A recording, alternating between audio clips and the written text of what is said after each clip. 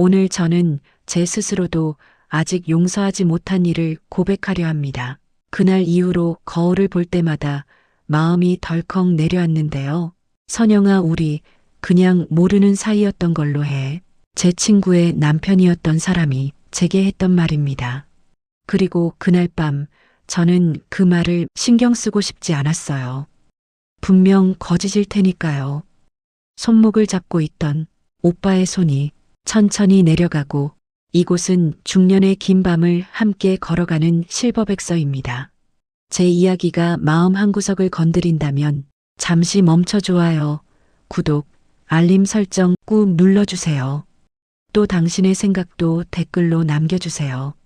그리고 댓글에 어디에 사시는지 살짝 적어주시면 제가 당신의 건강과 행운, 조용한 평안을 위해 오늘 밤 달님께 조용히 기도드리겠습니다. 그가 손을 내리는데 왜인지 내가 직접 손을 넣어 적고 싶었어요. 그만큼 묵직해졌고 나는 미세한 숨조차 내쉬지 못한 채 오빠 앞에 가만히 서 있었어요. 오빠의 뜨거운 체온이 나에게도 너무 선명하게 느껴지면서 그의 눈길 닿는 내 몸 구석구석이 간질거렸어요. 한 번도 느껴본 적 없는 제 반응에 저도 놀랐습니다. 정말 이래도 되는 걸까요? 저는 윤선영, 올해 55입니다. 부산 해운대구에서 작은 학습지를 운영하며 혼자 사는 지극히 평범한 중년 여자입니다. 결혼은 안 했고 부모님을 오가며 돌보다가 어느새 제 나이만 훌쩍 여기까지 와 있더군요. 제 삶에 단 한 번 진심으로 소중한 사람이 있었습니다. 고등학교 때 처음 만났던 친구 정혜진. 세상에서 가장 밝고 따뜻한 여자였죠.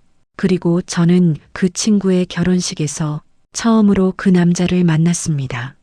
이름은 서진우. 선한 사람이라는 느낌이 불쑥 들었고 그게 제 마음속에 오래 남았습니다. 하지만 그는 제 친구의 남편이었고 저는 평생 그 경계를 넘지 않아야 한다고 믿었습니다. 그래서 저도 몰랐던 저의 첫사랑을 가슴속 깊은 곳에 묻었죠. 그런데 혜진이가 3년 전 위암으로 세상을 떠났습니다. 장례식장에서 진우 오빠는 누군가를 붙잡지 않으면 쓰러질 것 같은 얼굴이었어요. 제가 옆에서 오빠의 버팀목이 되어주고 싶었습니다. 그냥 옆에 있고 싶었습니다. 저는 사흘 내내 그 옆에서 커피를 건네고 조용히 어깨를 받쳐주는 것밖에 할 수가 없었습니다. 그 사람의 울음이 제 가슴 안쪽에서 이상하게 오래 머무르더군요. 혜진이가 떠나고 저는 오빠의 집을 자주 찾았습니다. 밥을 챙겨주고 어린 딸 지우를 도와주고 냉장고에 반찬을 넣어두고 현관 앞에 조그만 쪽지를 붙여두기도 했습니다. 오빠 먹고 힘내요. 오늘은 제가 지우랑 저녁 먹었어요. 저는 그게 혜진이를 대신해 친구로서 돕는 일이라고 생각하려고 했습니다. 하지만 도움의 빈도도 제 마음의 떨림도 점점 친구의 선을 넘기 시작했습니다. 그리고 어느 날 밤 정비소 철문이 반쯤 내려온 골목을 지나 제가 먼저 오빠를 찾아갔습니다. 회사에서 큰 실수를 뒤집어 쓴 날이었고 누구에게도 털어놓기 힘든 억울함이 가슴을 꽉 막고 있었거든요. 손에는 캔맥주 2개가 들어있는 편의점 봉지가 들려 있었어요. 오빠 잠깐 얘기 좀 할 수 있어요? 저는 최대한 아무렇지 않은 척 말했지만 손끝이 조금 떨리고 있었습니다. 정비소 불빛 아래서 마주 앉았을 때 그 사람의 얼굴을 보는 순간 마음 한가운데에 있던 무언가가 툭 하고 부서져 내렸습니다. 혜진이 떠난 뒤로 오빠가 울던 그 모습이 아직도 잊히지 않아요. 처음엔 가벼운 말이었습니다. 하지만 그 다음 말은 입 밖으로 꺼내면 안 되는 말이었죠. 어쩌죠, 오빠. 그날 이후로 오빠가 그냥 내 친구 혜진이의 남편으로만은 안 보이기 시작했어요. 말하고 나자 온몸이 식어 내려갔습니다. 선을 넘는 발걸음을 제가 스스로 내딛고 있다는 자각이 손등 위에 살얼음처럼 내려앉았거든요. 오빠는 당황한 듯 보였지만 제 말을 끊지도 도망치지도 않았습니다. 그 침묵이 저를 더 부추겼습니다. 그날 밤 그 사람을 향해 넘어간 단 한 걸음, 바로 그 발걸음이 제 인생의 가장 큰 부분이 될 줄은 그때는 몰랐습니다. 말을 잘못 꺼냈다는 걸 알고 있었지만 이미 밖으로 나온 마음은 다시 삼킬 수가 없더군요. 진우 오빠는 잠시 고개를 숙이고 있었습니다. 미안해요. 이런 말 하려고 온 건 아닌데 저는 급하게 말을 돌렸습니다. 하지만 그러면 그럴수록 더 어색해지고 제가 방금 한 말의 무게가 정비소한 공기보다 더 무겁게 가라앉았습니다. 오빠가 천천히 제 쪽을 바라봤습니다. 선영아, 그 말을 왜 지금 하는데? 그 말투에는 질책도 화도 없었습니다. 그저 지친 사람의 목소리였어요. 그리고 저를 피하지 않는 눈이었습니다. 제가 무너지기 시작한 건 바로 그 한마디 뒤였어요. 나도 요즘 내가 어디까지가 괜찮은 선인지 잘 모르겠다. 그 순간 가슴이 덜컥 내려앉으면서도 어딘가 위험한 기대감 같은 게 스치더군요. 그래서 저는 그 기대를 부정하기 위해 더 조심스러운 말부터 꺼냈습니다. 오빠, 나 그런 뜻으로 말하려고 한 거 아니에요. 그냥 요즘 회사에서 일이 너무 힘들고 혜진이 생각이 많이 나고 오빠도 혼자 버티고 있는 거 보니까. 그 다음 말은 끝까지 이어지지 못했습니다. 목이 맬 정도로 그 사람 얼굴을 마주보는 게 갑자기 버거워졌거든요. 힘들었어? 오빠가 물었습니다. 그 질문은 단순한 위로가 아니고 마치 제가 꾹 누르고 있던 무언가의 뚜껑을 살며시 열어주는 손길처럼 느껴졌습니다. 많이. 저는 그 말밖에 하지 못했습니다. 그 짧은 대답에 그동안 쌓여있던 감정이 한꺼번에 밀려들었습니다. 하루도 제대로 쉬지 못하고 회사와 집과 부모님 병원 사이를 오가며 누구에게도 기대지 못했던 세월, 살아있는 사람보다 죽은 친구를 더 자주 떠올리게 되는 외로움, 그리고 오빠를 볼 때마다 마음 한구석이 미세하게 흔들리던 순간들, 그 모든 것이 맥주캔 하나 앞에 놓인 정비소 한구석에서 한꺼번에 터져 나오려는 듯 했어요. 진우 오빠가 조용히 의자를 끌었고 둘 사이 거리가 아주 조금 가까워졌습니다. 선영아. 그 사람이 제 이름을 또박또박 불렀습니다. 언젠가 혜진이가 살아있을 때 두 사람이 장난치듯 저를 부르던 그 목소리와는 달랐어요. 오늘의 목소리는 어떤 선을 넘기 직전에 아주 위험한 낮은 톤이었습니다. 저는 본능적으로 알았습니다. 이 대화가 더 길어지면 둘 중 누구도 되돌릴 수 없게 된다는 걸요. 그래서 급히 자리에서 일어나려 했습니다. 나 이제 가볼게요. 오늘 말한 건 잊어요, 오빠. 내가 감정 정리가 안 돼서 그런 건데. 선영아, 잠깐만. 오빠가 제 손목을 가볍게 붙잡았습니다. 힘을 준 것도 아니고 억지로 잡은 것도 아니었는데 그 따뜻한 온기가 손끝에서 가슴까지 번지는 데는 단 몇 초도 걸리지 않았습니다. 저는 손을 뿌리치지 못했습니다. 아니, 정확히 말하면 뿌리칠 마음이 순간 사라졌다고 해야 맞을 겁니다. 그런데 그만 가. 밤 늦었는데 위험해. 그 말이 저를 붙잡기 위한 말인지 정말 걱정해서 하는 말인지 구분조차 되지 않았습니다. 정비소 철문 사이로 바람 한 줄기 스쳐 들어왔고 형광등 아래 우리 그림자가 살짝 흔들렸습니다. 그 순간이었어요. 이 관계가 끝내 비극이 될 거라는 걸 알면서도 나는 이미 마음 한쪽이 기울어 있다는 사실을 더 이상 부정할 수 없다는 걸 깨달았습니다.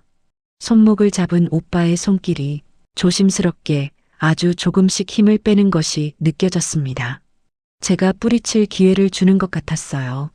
하지만 저는 그 기회를 잡지 않았습니다.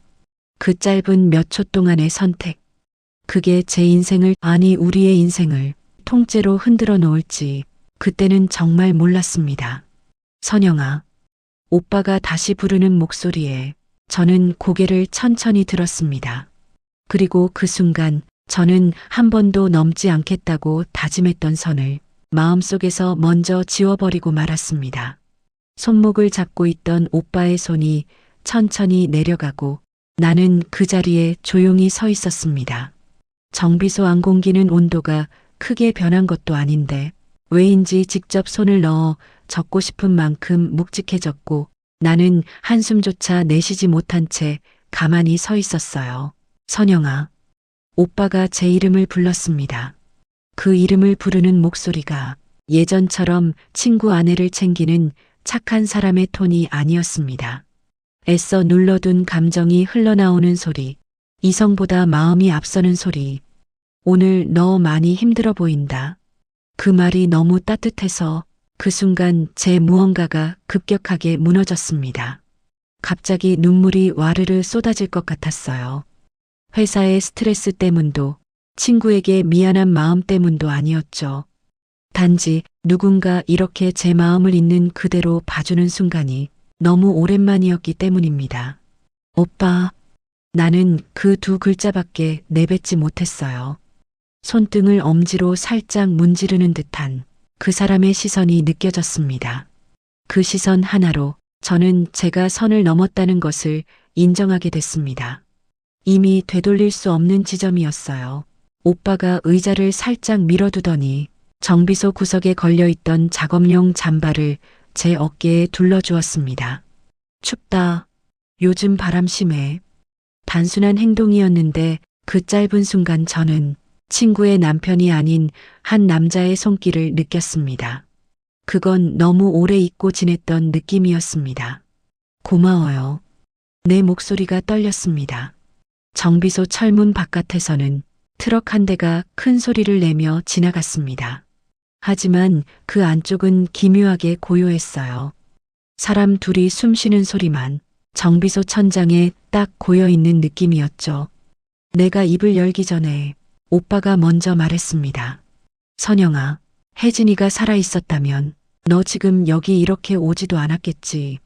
그 말이 너무 정직해서 심장이 크게 요동쳤습니다. 그렇죠. 저는 솔직하게 인정했습니다. 혜진이가 있었다면 나도 이런 마음 안 생겼을 거예요. 아니, 드러내지 못했을 거예요. 잠시 정적이 흘렀습니다. 서로가 똑같은 생각을 하고 있다는 걸 굳이 말하지 않아도 알 수 있는 순간이었습니다. 그 사람의 눈빛이 아주 조금 흔들렸습니다. 마치 저처럼 스스로 놀라고 있는 것처럼. 나도 요즘 너 보면 마음이 좀 복잡하다. 그 말이 떨어지자마자 정비소 안 공기가 툭 하고 끊어진 느낌이 들었습니다. 평소 내성적인 사람이 끝까지 꾹 참고 있던 말을 마침내 내뱉는 바로 그 순간, 말보다 훨씬 많은 감정이 쏟아져 나오는 순간이었습니다. 왜인지 직접 손을 넣어 적고 싶은 만큼 묵직해졌고 나는 한숨조차 내쉬지 못한 채 가만히 서 있었어요. 오빠, 저는 한 발짝 뒤로 물러났습니다.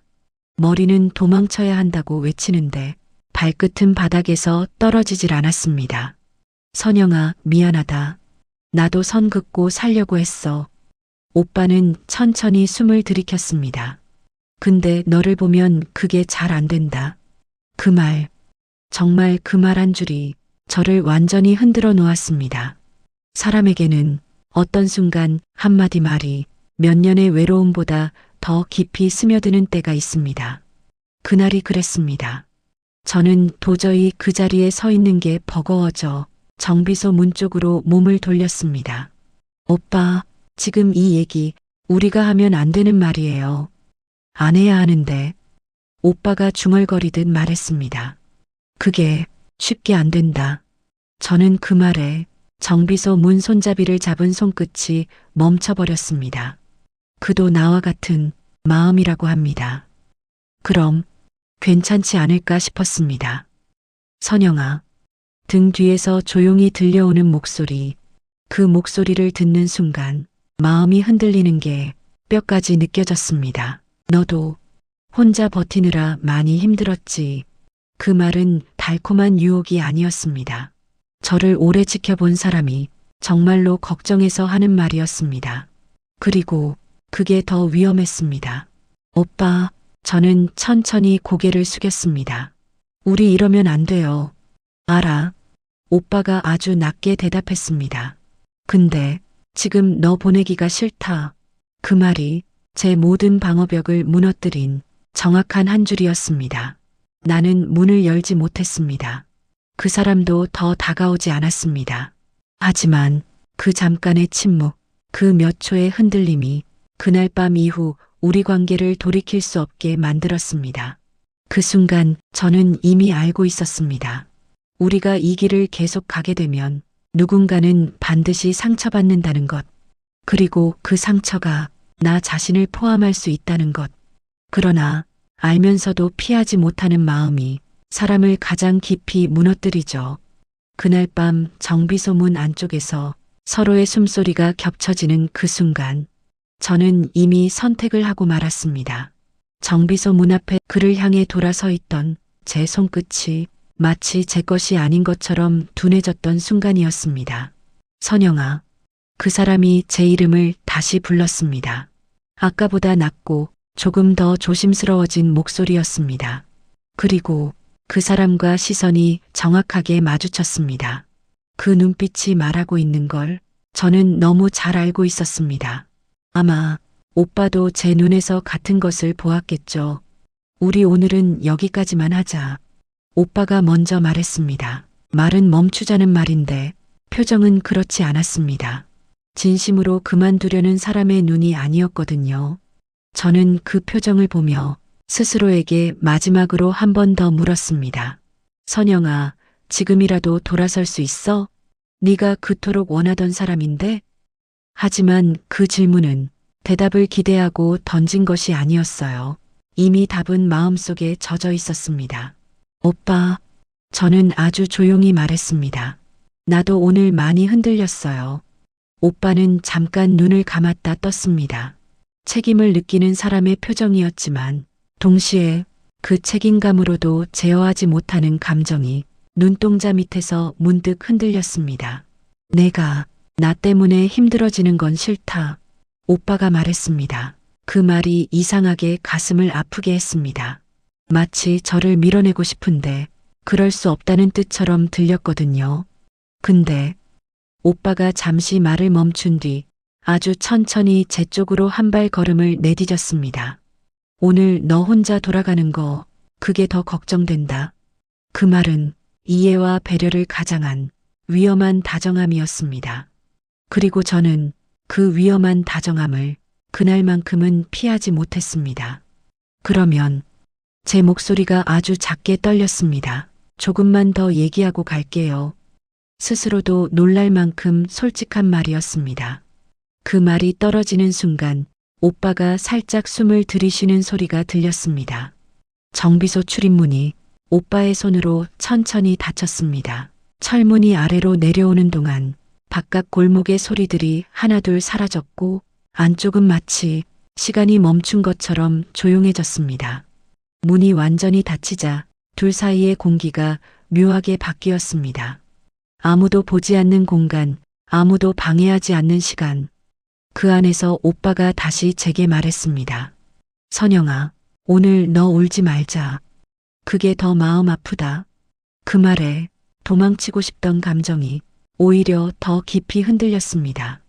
저는 억지로 웃으려다 결국 눈가가 뜨겁게 젖는 걸 막지 못했습니다. 나 요즘 너무 외로웠어요. 그게 제 입에서 나온 진짜 속마음이었습니다. 회사에서의 억울함, 부모님 돌보느라 생긴 책임감, 홀로 늙어가는 두려움. 그 모든 걸 아무에게도 말하지 못하고 있었던 마음. 오빠는 제 말을 가만히 듣다가 천천히 고개를 끄덕였습니다. 나도. 그 사람이 아주 낮게 말했습니다. 나도 외로웠어. 둘의 고백이 마치 같은 길 끝에서 만난 사람들처럼 아주 자연스럽게 이어졌습니다. 위태롭지만 이해되지 않을 수 없는 감정의 고백들. 근데 오빠가 말을 이었습니다. 너한테만 말하게 되는 게 있다. 저는 그 말에 심장이 잠깐 멈춘 것 같은 느낌이 들었습니다. 너 앞에서는. 오빠가 잠시 숨을 고르고 차분하게 말했습니다. 괜찮은 척을 못하겠다. 그 말은 저를 완전히 무너뜨리는 말이었습니다. 사람은 누구에게나 무너져도 되는 사람이 필요하니까. 그리고 그 말은 오늘 밤 오빠에게 그 사람이 나라는 뜻이었습니다. 그 순간 저는 한 발짝도 움직이지 못했습니다. 하지만 마음은 이미 그 사람 곁에 무너져 있었습니다. 오빠, 제가 겨우 내뱉은 한마디였습니다. 우리 그러면 정말 안 되는데. 안 되는 거 알아. 오빠가 조용히 대답했습니다. 근데 지금 너 혼자 보내는 게 더 마음에 걸린다. 그 말이 우리 둘 사이의 마지막 장벽을 조용히, 아주 조용히 무너뜨렸습니다. 저는 고개를 숙인 채 조금씩 흔들리는 숨을 고르고 있었고, 오빠는 그 흔들림을 말리지도 강요하지도 않았습니다. 그저 조용히 기다려주는 사람이었어요. 그 기다림이 오늘 밤 가장 위험한 온기였다면 아마 저는 그 온기를 이미 받아들이고 있었던 거겠죠. 그날 밤 저희 둘은 아직 아무 행동도 하지 않았습니다. 하지만 마음만큼은 이미 되돌리기 어려울 만큼 가까워져 있었습니다. 선영 씨, 어제 일 우리 그냥 없었던 걸로 해요.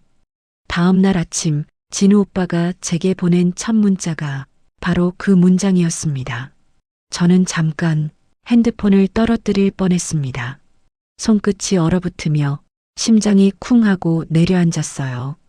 없었던 걸로? 정말? 그렇게 말할 거면 어제 왜 나를 붙잡았던 걸까? 왜 그렇게 다정하게 말했던 걸까? 왜 그 눈빛으로 나를 바라봤던 걸까?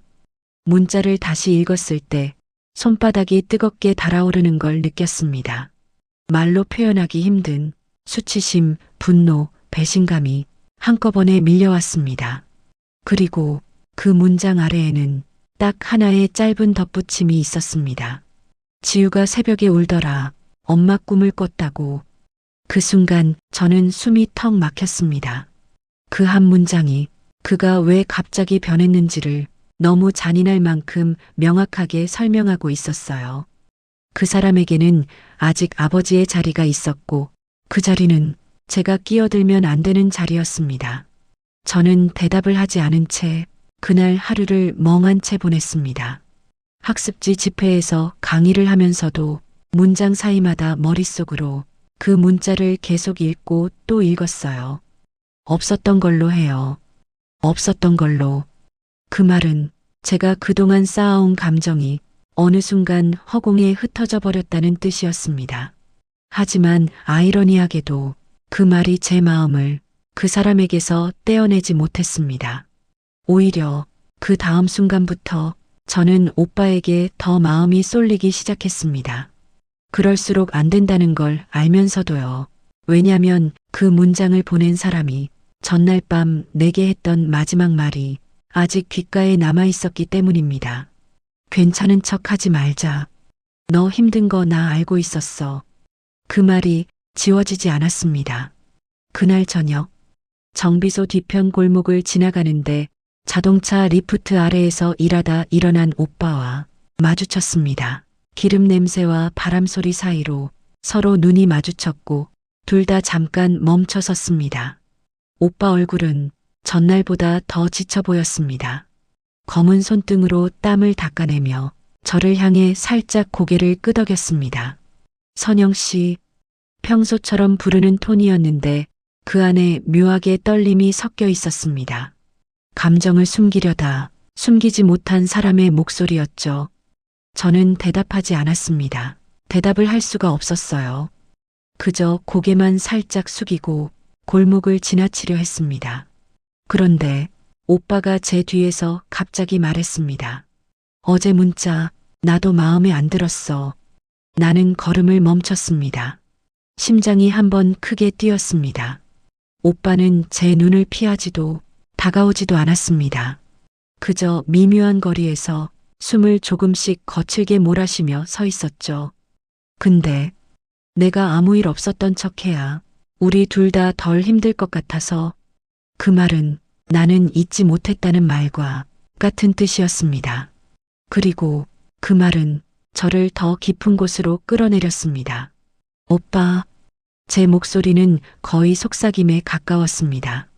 우리가 그러면 안 되는 거 아는데, 정말 잘 아는데. 오빠는 고개를 끄덕였습니다. 천천히, 하지만 확실하게. 알아. 그러면서도 표정은 그렇지 않았습니다. 눈동자에 맺힌 감정은 분명 알고 있지만 버릴 수 없는 마음이었어요.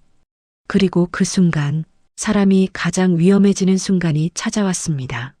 감정이 아직 살아있고 이성은 그 감정을 막을 힘이 없는 상태, 둘 다 도망칠 타이밍을 놓친 상태. 오빠가 아주 낮게 말했습니다. 근데 널 보면 자꾸 그날이 생각나. 그 한 문장이 제 머릿속에서 번개처럼 갈라지며 모든 감정을 뒤흔들었습니다. 저는 그날 처음으로 마음속에 검은 점 하나가 생기는 걸 느꼈습니다. 그 점은 작고 미세했지만 확실하게 말하고 있었어요. 이제부터는 돌이킬 수 없을 거야. 그리고 그 예감은 딱 이틀 후 처음으로 현실이 됩니다. 이틀 뒤 저녁, 바람이 심하게 불던 날이었습니다. 해운대 골목의 가게 간판들이 덜컥거릴 만큼 날씨도 제 마음도 이상하게 불안정했던 밤이었죠. 학습지 상담을 끝내고 집으로 걸어가는데 휴대폰이 떨렸습니다. 진우 오빠였습니다. 선영 씨, 혹시 지금 잠깐 시간 돼? 그 문장을 보는 순간 심장이 딱 하고 굳어버렸습니다. 이틀 동안 연락이 없던 사람이 갑자기 이렇게 말을 건다면 그날 밤의 흔들림이 아직 끝나지 않았다는 뜻이니까요. 저는 손에 쥔 우산을 무의식적으로 더 꽉 쥐었습니다. 비도 없는데 우산을 쥐고 있다는 사실조차 그때는 몰랐어요. 왜요? 무슨 일? 조심스럽게 답을 하자 메시지는 오지 않았습니다. 대신 전화가 바로 걸려왔습니다. 선영 씨, 오빠의 목소리는 평소보다 훨씬 낮고 어딘가 급해 보였습니다. 지금 정비소 뒤쪽 잠깐만 와줄 수 있어요? 그 말에서 설명하지 못한 무언가가 느껴졌습니다. 상처 같은 것, 혹은 말 못할 사정 같은 것. 무슨 일이에요? 제가 다시 묻자 오빠는 잠시 침묵했습니다. 짧지만 묵직한 정적이었고 그 정적 속에서 그는 마침내 한마디를 내뱉었습니다. 누구한테도 말 못해서 그래. 근데 너한테는 말해야 할 것 같아서. 그 말에 저는 더 이상 물을 수 없었습니다. 그냥 발걸음이 정비소 방향으로 옮겨지고 있더군요. 스스로도 놀랄 정도로 자연스럽게. 정비소는 이미 문이 닫혀 있었습니다. 하지만 뒤편으로 이어진 좁은 골목에 희미한 불빛이 새어나왔어요. 작업실 창문 틈에서 나온 불빛이었죠. 저는 조심스럽게 다가갔습니다. 그리고 창문 너머에서 누군가 서성이는 그림자를 보았습니다. 그 사람의 넓은 어깨, 작업복 소매, 그리고 깊게 숙여진 고개. 오빠? 제가 작은 목소리로 부르자 그림자가 고개를 들었습니다.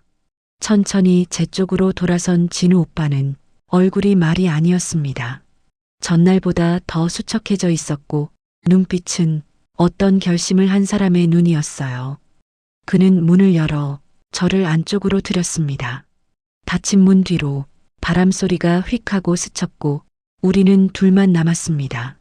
정비소 특유의 기름 냄새, 바닥에 쌓인 먼지, 작업등 하나만 켜진 어두운 공간. 그 긴장된 공기를 깨고 오빠가 천천히 말했습니다. 어제 문자, 그거 내 진심 아니었어. 저는 아무 말도 하지 못했습니다. 그 말을 다시 들으면 안 된다고 분명 머리로는 알고 있었는데 마음은 그 한 문장을 기다리고 있었던 것처럼 조용히 떨렸습니다. 내가 그 말을 보낸 건 오빠는 잠시 숨을 골랐습니다. 너 때문이 아니라 지우 때문이었어. 저는 조용히 고개를 들었습니다. 그날 밤 애가 엄마 사진 붙잡고 울더라. 오빠는 손등으로 가볍게 눈을 문질렀습니다. 그걸 보는데 내가 어떻게 해야 되나 모르겠더라. 너한테 느낀 마음도 지유한테 미안한 마음도 둘 다 너무 커서. 그 말 뒤로 작업등 아래 오빠의 그림자가 흔들렸습니다. 저는 그 모습을 보며 처음으로 한 가지 사실을 깨달았습니다. 이 사람도 나만큼 불안했고 나만큼 흔들렸다는 것. 그래도 오빠가 아주 낮게 말했습니다. 선영 씨한테 보낸 그 말, 나도 보내고 나서 후회했다. 그 말이 심장을 아주 천천히 쥐어짜듯이 들어왔습니다. 오빠, 제가 한 발 앞으로 내딛자 오빠도 거의 동시에 작업대 모서리에 손을 짚은 채 제 쪽으로 시선을 들었습니다. 그 눈빛은 분명 선을 넘을 사람의 눈빛이 아니었습니다. 오히려 선을 붙잡고 버티는 사람이 끝내 손을 놓기 직전의 눈빛이었죠. 오빠가 천천히 말했습니다. 어떻게 해야 할지 모르겠어. 그 말은 무너지기 직전의 마음이 처음으로 밖으로 새어나온 순간이었습니다. 이제 제가 대답해야 했습니다. 그리고 그 순간 제 입에서 나온 말은 저조차 예상 못한 말이었습니다. 저도 모르겠어요. 정적이 길게 이어졌습니다. 정비소 기계가 식어가는 소리만 들렸고 작업등 아래 둘의 그림자는 서로에게 아주 천천히 가까워지고 있었습니다. 그리고 문 밖에서 갑자기 날카로운 금속 떨어지는 소리가 쾅 하고 터졌습니다. 저는 깜짝 놀라 뒤를 돌아봤습니다. 오빠도 순간 몸을 굳혔습니다. 그 순간 저는 분명 느꼈습니다. 우리 둘만 있다고 생각했던 이 공간에 누군가 다른 기척이 스쳤다는 걸. 쾅! 금속이 바닥에 떨어지는 소리가 정비소 뒤편에서 메아리처럼 울렸습니다. 저는 반사적으로 오빠의 쪽으로 몸을 돌렸고 오빠도 작업대에서 손을 떼며 순간적으로 주변을 살폈습니다. 방금 들었죠? 제 목소리는 떨리고 있었습니다. 오빠는 대답 대신 정비소 안쪽 타이어 적재실 쪽으로 시선을 옮겼습니다. 가로등 불빛이 창문을 스치며 춤을 추듯 흔들렸고 바람이 아닌 어떤 기척이 공간을 잠시 누르다가 흘러가는 듯한 느낌이 있었어요. 잠깐 여기 있어. 오빠가 제 앞을 가로막듯 한 발 나서며 말했습니다. 목소리는 낮았지만 그 속에 묘한 긴장과 경계가 섞여 있었습니다. 저는 고개를 세차게 저었습니다. 혼자 가지 마요. 여기 좀 이상해요. 하지만 오빠는 가만히 있어라는 눈빛으로 저를 진정시키더니 천천히 아주 조심스럽게 타이어 보관실 쪽으로 발걸음을 옮겼습니다. 발밑에 기름 묻은 콘크리트가 오빠의 신발 아래서 미세하게 끼익 소리를 냈고 전 그 소리에도 심장이 움찔하며 반응했습니다. 숨이 막히는 듯한 몇 초가 지나고 오빠가 적재실 문을 열었습니다. 철문이 스르륵 미끄러지며 열린 그 순간 저는 도저히 가만히 있을 수 없어 오빠 뒤쪽으로 조심스럽게 다가갔습니다. 적재실 안은 타이어 냄새와 오래된 고무 냄새로 가득했고 작업등이 닿지 않는 음영이 곳곳에 짙게 내려앉아 있었습니다. 그리고 그 어둠 속에서 뭔가가 움직이는 소리 같은 것이 아주 희미하게 들렸습니다. 부스러? 저는 숨을 삼켰습니다. 오빠가 손으로 저를 뒤로 막았습니다. 있어, 뒤에서. 그 짧은 말 한마디가 정비소 전체 공기를 더 팽팽하게 만들었습니다. 마치 스쳐 지나가는 그림자가 우리 둘 바로 옆을 지나가던 것처럼 등줄기가 오싹해질 만큼 선명한 존재감이 느껴졌어요. 그리고 다음 순간 적재실 안쪽에 세워져 있던 오래된 철제 사다리가 갑자기 툭 소리를 내고 기울었습니다. 저는 본능적으로 비명을 참으려 입술을 꽉 깨물었습니다.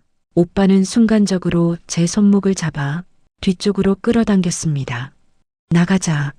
오빠의 목소리는 단단했습니다. 이 안 지금 위험해. 우리는 급히 적재실 문을 닫고 정비소 중앙으로 나왔습니다. 그런데 정비소 문틈 아래로 작게 깜빡이는 그림자가 스쳤습니다. 바람에 흔들리는 행인 그림자치고는 너무 느리고 너무 조용했습니다. 그러나 문 밖으로 나가는 대신 오빠는 제 어깨에 손을 얹고 잠시 제 눈을 똑바로 바라보았습니다. 선영 씨, 혹시 요 며칠 이상한 일 없었어요?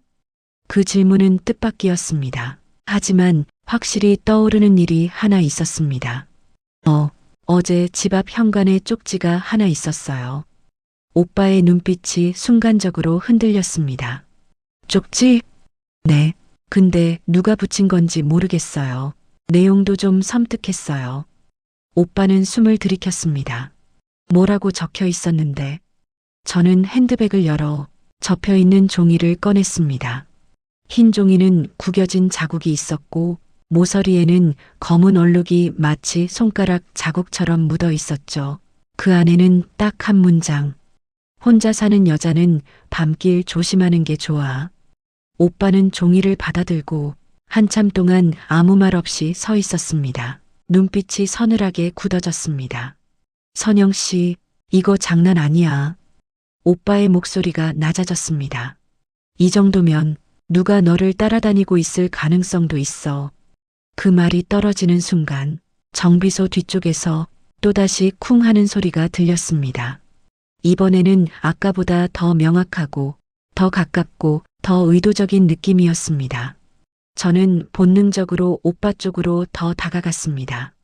오빠는 즉시 제 앞을 막고 작업등 스위치를 껐습니다. 정비소 전체 불이 꺼지는 순간 우리는 어둠 속에서 숨소리만으로 서로의 위치를 확인해야 했습니다. 오빠가 아주 낮은 목소리로 속삭였습니다. 선영 씨, 누군가 밖에 있어. 저는 손끝이 차갑게 식어가는 걸 느꼈습니다. 그리고 그 누군가의 그림자가 문틈 아래로 천천히 스치고 지나갔습니다. 그 순간 제 등골을 타고 차가운 전기가 흐르는 듯 했습니다. 오빠가 제 손을 꽉 잡았습니다. 그 손에서 말해주고 있었어요. 이건 단순한 기척이 아니다. 그날부터 이미 누군가는 우리 둘 중 하나를 지켜보고 있었다는 것. 그리고 그 새로운 위협은 그동안 우리가 넘은 감정의 선보다 훨씬 더 큰 파문을 만들기 시작했습니다. 정비소 전체가 어둠에 잠기고 문틈 아래로 스치던 그 그림자가 천천히, 아주 천천히 오른쪽으로 이동했습니다. 숨을 참아도 심장 소리는 감출 수 없었고 오빠도 숨을 깊게 들이마시는 게 들렸습니다. 선영 씨 뒤로 오빠의 손이 제 손을 더 꽉 쥐며 뒤로 밀었습니다. 우리는 정비소 한켠 차체 밑으로 몸을 숙여 숨었습니다. 바닥에 기름과 먼지가 묻어 손바닥은 차갑고 미끈거렸습니다. 문틈 아래 그림자가 다시 멈췄습니다. 그리고 그 순간 철문 손잡이가 천천히, 아주 천천히 움직였습니다. 딸깍, 딸깍, 열려고 하는 소리. 누군가 밖에서 문을 직접 당기고 있었습니다. 저는 숨을 삼키고 손으로 입을 막았습니다. 오빠가 제 어깨 위에 손을 올려 떨리는 몸을 붙잡아 주었고 그 따뜻한 손길 덕에 간신히 소리를 참아냈습니다. 누군가 문을 한 번 더 잡아당겼지만 정비소 문은 안쪽에서 잠겨 있었기에 열리지는 않았습니다. 그러자 바깥에서 낮고 묘한 웃음 같은 소리가 들렸습니다. 그리고 발자국이 정비소 벽을 따라 천천히 옮겨갔습니다. 퍽퍽. 타이어 옆을 발로 툭툭 건드리는 소리. 마치 안에 누가 숨어 있는지 확인이라도 하려는 것처럼 그 발자국이 점점 멀어지다가 정비소 뒤편으로 사라졌습니다. 정적? 너무 긴 정적. 그 정적 속에서 기계가 식는 냄새뿐만 아니라 긴장한 둘의 숨이 섞였고 저는 온몸에 힘이 풀린 채 차체 밑에 주저앉았습니다. 오빠가 제 손을 잡고 천천히 일으켰습니다. 이제 얘기해요. 오빠가 낮은 목소리로 말했습니다. 이건 장난 아니야. 그 쪽지 혼자 밤길 조심하라는 그 말. 그게 그냥 겁주는 말 같진 않아. 저는 입술을 깨물며 고개를 끄덕였습니다. 손끝이 아직도 떨렸습니다. 오빠, 혹시 누군지 알 것 같아요? 오빠는 한참 동안 아무 말도 하지 않았습니다. 작업등의 희미한 빛 아래 오빠의 눈동자는 무언가 떠올린 듯 흔들렸습니다. 나 요즘 가게 앞에서 낯선 차 한 대를 자주 봤어. 그는 조심스럽게 말했습니다. 번호판도 이상했어. 근데 그 운전자가 너희 집 근처에도 나타난 적 있어. 저는 숨이 멎는 줄 알았습니다. 왜 지금 말해요? 너 불안하게 만들까봐. 그리고 내가 괜히 착각하는 걸 수도 있다고 생각해서. 그 말 뒤에 오빠의 표정에는 설명하기 어려운 죄책감과 불안이 섞여 있었습니다. 그 차, 어떤 사람 같았어요? 오빠가 잠시 망설인 뒤 입을 열었습니다. 남자였어. 근데 얼굴이. 그는 말끝을 흐리더니 다시 제 눈을 똑바로 보았습니다. 너 혹시 요즘 회사에서 누가 자꾸 쳐다보거나 접촉하려는 사람 없었어? 그 질문이 떨어지는 순간 제 머릿속에 한 사람이 번개처럼 떠올랐습니다. 지난달 상담 온 학부모 중 한 명, 40대 중반쯤 되어 보였고 아이 문제 상담하면서 불필요할 정도로 제 사생활을 계속 물어보던 사람. 혹시 그 사람? 저는 목소리가 저절로 떨렸습니다. 정대훈이라는 사람. 알아요? 오빠의 눈빛이 단번에 바뀌었습니다. 누군데? 학부모예요. 근데 그 사람이 며칠 전 갑자기 제 번호를 어떻게 알았는지 전화를 했어요. 오빠는 숨을 깊게 들이켰습니다. 뭐라고? 그냥 기분 나쁘게 집 근처 얘기를 하더라고요. 내가 몇 시에 퇴근하는지, 어디에서 버스 타는지 다 알고 있다는 식으로. 오빠의 얼굴이 굳어졌습니다. 선영 씨, 그 사람 그냥 집요한 학부모가 아니라 너를 따라다니고 있었을 가능성이 크다. 그 말이 떨어지는 순간 정비소 밖에서 갑자기 차 시동 소리가 울렸습니다. 저는 본능적으로 오빠 쪽으로 몸을 붙였습니다. 오빠는 제 앞을 막아서며 정비소 창문 밖을 빠르게 훑어봤습니다. 그리고 그의 표정이 완전히 굳어졌습니다. 선영 씨, 오빠가 낮은 목소리로 말했습니다. 차 번호, 너 말한 그 학부모 이름 기억하고 있어? 심장이 한번 크게 뛰었습니다. 왜요? 오빠는 한 손으로 제 손을 꼭 잡고 거의 속삭이듯 말했습니다. 지금 정비소 밖에 있는 차, 번호판이 그 사람이 타고 다니던 차랑 똑같아. 숨이 막혔습니다. 그리고 그 순간 문틈 아래로 아까와는 다른 훨씬 더 천천히 움직이는 그림자가 다시 스쳤습니다. 이번에는 명확히 발끝 모양이 보였습니다. 그리고 그 발끝이 정비소 문 앞에서 멈췄습니다. 그 한순간 모든 소리가 사라졌고 저는 오빠의 손을 꽉 잡은 채 숨조차 제대로 쉬지 못했습니다. 그리고 문 너머에서 낮고 치미는 목소리가 들렸습니다. 선영 씨, 여기 있는 거 다 알아요. 그 목소리는 제가 지난달 상담실에서 들었던 목소리였습니다. 정대훈, 그 사람이었습니다.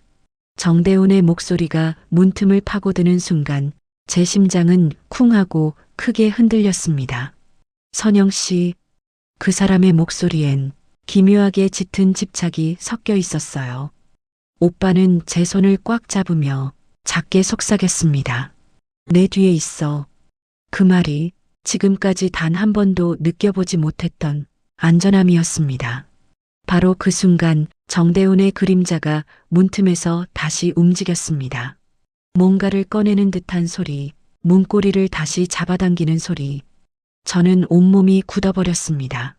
그러나 정비소 뒤편에서 갑자기 누군가의 발소리가 들리고 누군가 외쳤습니다. 아, 거기서 뭐해? 근처 세차장에서 일하던 아저씨였습니다. 갑작스러운 외침에 정대훈의 그림자가 움찔했고 곧이어 빠르게 골목 쪽으로 도망치는 발소리가 들렸습니다. 오빠는 즉시 문을 열고 밖으로 뛰어나갔습니다. 거기서 하지만 골목 끝에서 차가 급하게 출발하는 소리만 남기고 정대훈은 사라졌습니다. 저는 문가에 기대어 다리에 힘이 풀려 그대로 주저앉을 뻔했습니다. 오빠가 급하게 돌아와 제 양 어깨를 붙잡았습니다. 선영 씨, 괜찮아요? 그 순간 저는 오빠의 눈을 똑바로 마주봤습니다. 그 눈에는 분명히 두 가지가 동시에 빛나고 있었습니다. 두려움, 그리고 저를 잃을까봐의 걱정. 제가 떨리는 손으로 오빠의 손목을 가볍게 잡았습니다. 오빠, 나 너무 무서웠어요. 오빠는 단 한순간도 망설이지 않고 저를 껴안았습니다. 세게 하지만 조심스럽게 정비소 불빛 아래 작업복 냄새와 따뜻한 체온이 제 심장을 진정시키는 듯 했습니다. 나도 무서웠어. 오빠가 조용히 말했습니다. 너한테 혹시라도 무슨 일 생길까봐 미칠 것 같았어. 그 말에 제가 붙잡고 있던 감정이 한 번에 터져 나왔습니다. 오빠, 나 혼자 아니어서 다행이에요. 오빠는 저를 더 꽉 안았습니다. 그리고 아주 낮게 말했습니다. 선영 씨, 난 이제 도망 안 갈게. 어제도 오늘도 계속 도망치고 있었는데 이젠 못하겠어. 널 잃을 순 없어. 그 말은 사랑 고백보다 더 깊고 더 솔직한 말이었습니다. 전 속삭였습니다. 저도요. 나 오빠 좋아해요. 그 순간 정비소의 모든 어둠이 조금씩 풀리는 듯 했습니다. 다음 날 아침 오빠는 경찰에 모든 사실을 신고했고 저도 쪽지와 통화 기록 등을 제출했습니다. 며칠 뒤 정대훈은 결국 집 근처에서 붙잡혔습니다. 휴대폰엔 제 동선을 기록한 사진들이 남아 있었고 정비소 근처를 오가던 CCTV도 확보되었죠. 저는 비로소 숨이 트였습니다. 사건이 해결되고 난 뒤 오빠와 마주 앉았습니다. 그는 제 손등을 살며시 덮으며 말했습니다. 선영 씨, 이제 진짜로 말해도 될까? 저는 고개를 끄덕였어요. 그날 정비소에서 너 잃을 뻔했다고 생각하는 순간 내가 얼마나 너를 좋아하는지 정확히 알았어. 그 말은 저를 순간 울컥하게 만들었습니다. 전 그의 손을 잡으며 천천히 그러나 확실하게 말했습니다. 오빠도 내게 그런 존재였어요. 꽤 오랜 시간 계속. 어제 확실히 알겠더라고요. 오빠는 제 손을 놓지 않았습니다. 그리고 부드럽게 웃었습니다. 이제는 숨기지 말자. 그 말이 사건보다 더 크게 제 가슴을 벼락처럼 때렸습니다. 저도 웃었습니다. 응, 이제 숨기지 말자. 그렇게 폭풍 같은 사건이 지나간 자리엔 우리 두 사람의 감정만 왜인지 직접 손을 넣어 적고 싶은 만큼 묵직해졌고 나는 한숨조차 내쉬지 못한 채 가만히 서 있었어요. 선명하게 남았습니다. 그리고 서툴지만 조심스럽고 단단한 행복이 조용히 시작되었어요. 정대훈 사건이 완전히 마무리된 뒤 나는 처음으로 오빠 없이 길을 걸을 수 있게 되었다. 하지만 이상하게도 더 이상 무섭지 않은 대신 허전했다. 사건이 끝난 뒤 일주일이 지나서야 오빠와 나는 본격적으로 우리라는 말을 꺼냈다.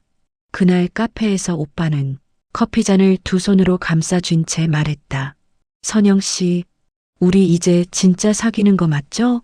나는 웃음이 나왔다. 그동안 내가 먼저 원하면서도 차마 입 밖으로 꺼내지 못했던 말이었으니까.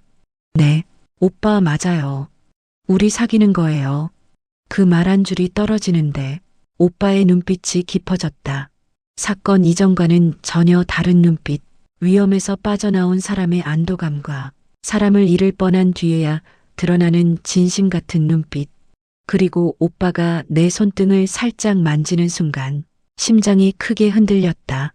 나 사실 그날 이후로 무슨 생각만 했는지 알아요? 나는 묻지 않았고 그 대신 오빠를 바라보며 기다렸다. 선영 씨, 너무 보고 싶었어요. 그 말이 예상보다 깊게 들어왔다. 보고 싶었다는 말 한마디가 그 어떤 고백보다 뜨겁게 느껴졌다. 오빠가 내 손을 끌어당겨 테이블 아래에서 손가락을 맞물었다. 그 단단한 손끝이 내 손가락 사이에 닿는 순간 심장이 너무 빠르게 뛰어 숨을 잠시 고르면서 나는 작은 목소리로 말했다. 오빠, 우리 아직 서툴죠? 오빠가 미소를 지었다. 서툴고 그래서 더 좋아요. 그날 우리는 카페에서 나와 차 안에서 잠시 조용히 앉아 있었다. 밖은 어둑해지고 창문에는 따뜻한 실내 공기가 서리처럼 맺혔다. 오빠가 핸들을 잡은 손을 풀고 내 쪽으로 몸을 조금 틀었다. 선영 씨, 네. 오빠가 눈을 내 눈높이로 맞추며 말했다. 나 손 잡는 것보다 더 가까이 있고 싶어요. 그 말은 묘하게 숨이 막히는 감정적 자극이 담겨 있었다. 나는 대답 대신 천천히 고개를 끄덕였다. 그 순간 오빠는 매우 조심스럽게 내 쪽으로 손을 뻗었다. 그 손이 내 목덜미 근처에서 멈추고 손끝으로 가볍게 머리카락을 쓸어 넘겼다. 그 짧은 동작 하나가 심장을 2번이나 뛰게 만들었다. 괜찮아요? 오빠가 낮게 물었다. 네. 내 목소리는 너무 작아서 나조차 놀랄 정도였다. 오빠는 한숨을 천천히 내쉬었다. 마치 아무 말도 하지 않아도 그 숨에 감정이 다 실려 있는 것처럼. 선영 씨, 나 이제는 뒤로 못 돌아가요. 왜요? 너 없는 하루, 이제 상상하기도 싫어요. 그 말이 가슴을 강하게 쾅 하고 울렸다. 나는 조용히 말했다. 오빠, 나도 그래요. 오빠는 내 손을 다시 잡아 손가락 사이를 깊게 얽어 연결했다. 차 안의 좁은 공간이 이상하게 따뜻하게 차오르는 것 같았다. 혹시? 오빠가 조심스럽게 말했다. 오늘 잠깐만 같이 있고 싶어요. 대단한 건 아니고 그냥 그동안 못했던 얘기들 편하게 하고 싶어서. 그제야 나는 웃음이 났다. 오빠, 그 말 하려고 이렇게 떨었어요? 오빠는 시선을 피했다. 그 모습이 너무 인간적이고 너무 귀여워서 가슴이 따뜻해졌다. 그럼 오늘 우리 어디 가요? 오빠가 나를 똑바로 바라보았다. 눈빛은 진지했고 감정은 조심스러우면서도 분명했다. 바다 보고 싶어요. 너랑 같이. 그날 밤 우리는 가까운 해운대 바닷가로 향했다. 겨울 끝자락의 바다 바람이 차가웠지만 오빠가 내 손을 꼭 잡고 있어서 조금도 춥지 않았다. 파도 소리가 천천히 밀려오고 우리는 모래 위에 앉아 서로의 어깨에 기대어 있었다. 오빠가 나지막하게 말했다. 선영 씨, 나 앞으로도 계속 옆에 있을게요. 도망 안 가요. 두려워도 흔들려도 이제는 너를 선택할 거예요. 나는 오빠의 어깨에 머리를 기대며 말했다. 오빠, 나도 오빠랑 같이 있고 싶어요. 기대어 있는 두 사람 사이에 말보다 더 많은 감정이 바다처럼 잔잔하게 차올랐다. 바람, 파도, 그리고 둘의 숨결 사이에 위험했던 시간 대신 따뜻한 감정이 조금씩 자리 잡기 시작했다. 그날 밤 우리는 처음으로 정말 연인 같은 마음을 확인했다. 어떤 말도 필요 없었다. 손을 맞잡은 그 순간 이미 모든 대답이 완성되어 있었으니까.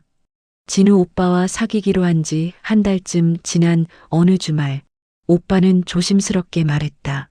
선영 씨, 우리 잠깐 어디 다녀올래요? 멀리 말고 그냥 바람 쐴 만한데. 나는 가슴이 살짝 떨렸다. 둘이 같이 여행이라는 단어를 꺼낸 건 처음이었다. 좋아요. 어디 가고 싶은데요? 오빠는 잠시 망설이다가 나를 똑바로 바라보았다. 통영, 바다 풍경도 예쁘고 조용한 숙소도 많은 곳, 둘이서 하루를 온전히 보낼 수 있는 곳. 나는 괜히 웃음이 났다. 감당할 수 없을 만큼 기쁜데 괜히 태어난 척 말했다. 좋아요. 가요 우리. 오빠는 나보다 더 긴장한 얼굴로 말했다. 진짜요?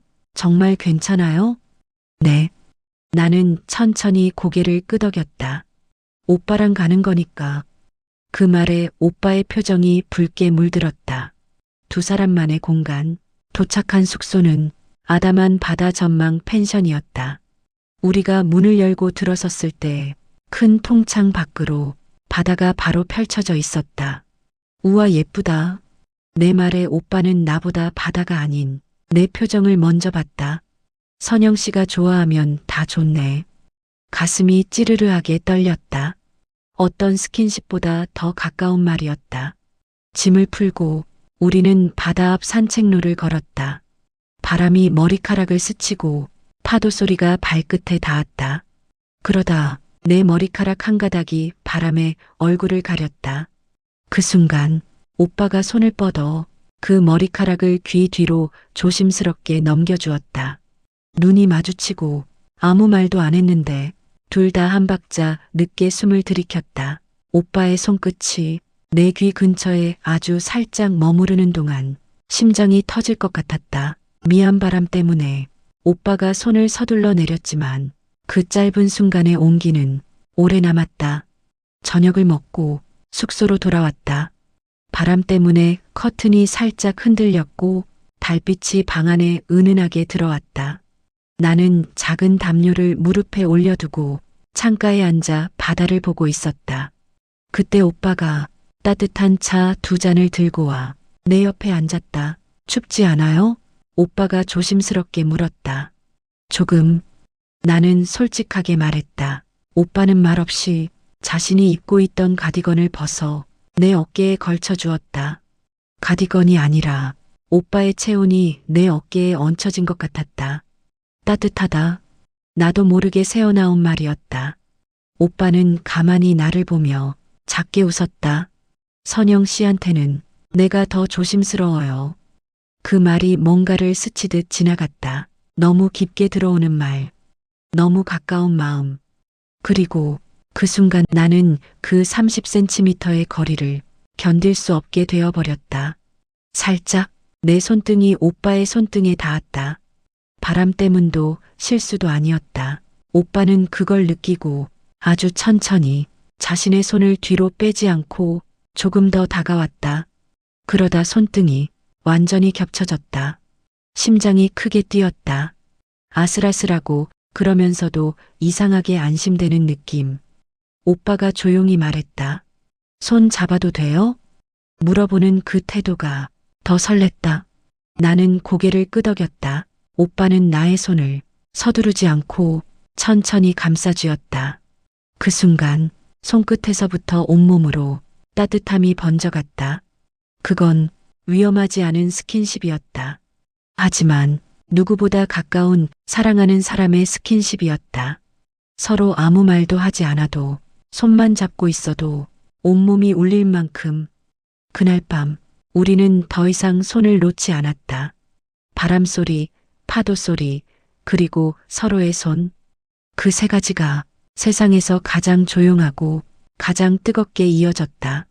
통영 여행 이후 우리는 예전보다 훨씬 자연스럽게 서로에게 기대기 시작했다. 아무 말 없어도 편했고 눈빛만 봐도 마음이 익혔고 서툴지만 확실히 가까워져 있었다. 그러던 어느 저녁 나는 퇴근 후 오빠의 정비소로 들렀다. 왔어요? 오빠는 작업복 소매를 걷어올린 채 나를 보고 미소 지었다. 그 웃음은 내 일상에서 가장 환한 빛이 됐다. 일찍 끝났어요. 오빠랑 밥 먹고 싶어서. 내 말에 오빠는 잠시 말을 잇지 못했다. 그 눈빛엔 은근한 설렘과 어쩌면 약간의 놀라움까지 담겨 있었다. 선영 씨가 나 먼저 찾아오는 건 처음이라서 보고 싶었어요. 나는 솔직하게 말했다. 그 말 한 줄이 오빠의 마음을 완전히 흔드는 듯했다.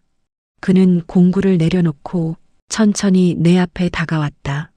정비소 문 뒤로 노을빛이 들며 오빠의 그림자가 길게 겹쳐졌다. 나도 선영 씨 보고 싶었어요. 오빠의 목소리는 낮고 깊었다. 나는 그 말에 심장이 크게 떨렸다. 퇴근 후 정비소는 조용했다. 라디오도 꺼져 있고 작업등 하나만 켜져 있었다. 오빠는 내 코트에 묻은 먼지를 가볍게 털어주며 말했다. 여기까지 오느라 바람 많이 맞았죠? 얼굴 좀 차갑네. 그는 손끝으로 내 볼 옆을 조심스럽게 스쳤다. 그 짧은 접촉 하나가 온몸을 뜨겁게 만들었다. 오빠, 내가 부르자. 오빠는 내가 한 발짝 설 정도로 다가왔다. 왜요? 목소리가 너무 가까웠다. 숨이 닿을 만큼 가까운 거리. 정비소 안의 공기가 한순간 멈춘 것처럼 느껴졌다. 나는 용기를 냈다. 이제는 더 숨기고 싶지 않았다. 오빠랑 있으면 자꾸 더 가까이 있고 싶어요. 말을 내뱉고 나서 얼굴이 뜨거워졌다. 하지만 후회는 없었다. 오빠는 천천히 호흡을 고르고 내 눈을 깊게 바라봤다. 나도 그래요. 그의 목소리는 흔들렸지만 분명한 감정이 담겨 있었다. 그래서 더 조심스러워요. 오빠는 내 허리 쪽으로 손을 천천히 올리다가 마지막에 살짝 멈춰섰다. 허락을 기다리는 듯한 그 멈춤. 나는 대답 대신 살짝 몸을 오빠 쪽으로 기울였다.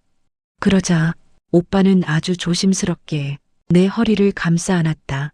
가볍지만 확실한 품. 그 안에서 나는 안전함과 설렘이 동시에 밀려오는 걸 느꼈다. 선영 씨, 오빠가 낮게 속삭였다. 이렇게 가까이 있는 게 이렇게 좋은지 몰랐어요. 그 말이 가슴에 천천히 파고들며 깊은 여운을 남겼다. 나는 오빠의 어깨에 손을 올렸다. 따뜻하고 단단한 어깨, 그 위에 내 손이 닿는 순간 오빠가 아주 작게 숨을 들이켰다. 그 반응 하나가 우릴 더 가까워지게 했다. 오빠는 한참 동안 나를 아는 채 아무 말도 하지 않았다. 말이 필요 없었다. 둘 사이의 감정이 이미 충분히 말하고 있었으니까. 오빠는 내 머리카락 뒤를 부드럽게 쓸며 말했다. 이러다 더 깊어질까봐. 나 사실 많이 무서웠어요. 나는 오빠의 품 안에서 고개를 들었다. 오빠, 천천히 말했지만 확실한 목소리였다. 저는 깊어지는 게 좋아요. 그 말에 오빠가 잠시 숨을 멈추는 게 느껴졌다. 그리고 내 얼굴 가까이에서 천천히 미소를 지었다. 그 말 진심이에요? 네, 오빠랑 가까운 게 무섭지 않아요. 오빠는 그제야 두 팔로 나를 깊게 안았다. 어른들이 사랑에 빠질 때만 나오는 진짜 진심, 진짜 따뜻함, 진짜 깊이. 우리 둘의 몸뿐만 아니라 그보다 더 뜨거운 감정이 둘 사이를 완전히 채우고 있었다. 밖에는 바람이 불고 정비소 불빛만 방 안에 고요하게 퍼져 있었다. 오빠는 내 이마에 아주 조심스럽게 입을 맞췄다. 그리고 낮게 속삭였다. 우리 이제 서로 도망치지 말자. 나는 오빠의 가슴에 손을 올리며 말했다. 응, 이제는 진짜 같이 가요. 두 사람의 손이 다시 맞닿았다. 그리고 그 순간 관계의 깊이가 확실하게 달라졌다. 사랑이 아니라 더 성숙한 감정, 둘만의 속도, 둘만의 방식으로 천천히 깊어지는 관계. 그날 이후 우리는 서로의 일상에 한 걸음 더 깊이 들어가기 시작했다. 저희의 더 깊은 부분을 알고 싶으신가요? 그러면 구독과 좋아요 눌러주세요. 그리고 여러분의 마음을 표현해 주세요. 댓글로도 남겨주시면 저에게 아주 큰 힘이 됩니다. 오늘도 끝까지 영상 시청해 주셔서 감사하고 언제나 여러분의 건강과 행복을 위해 기도드릴게요.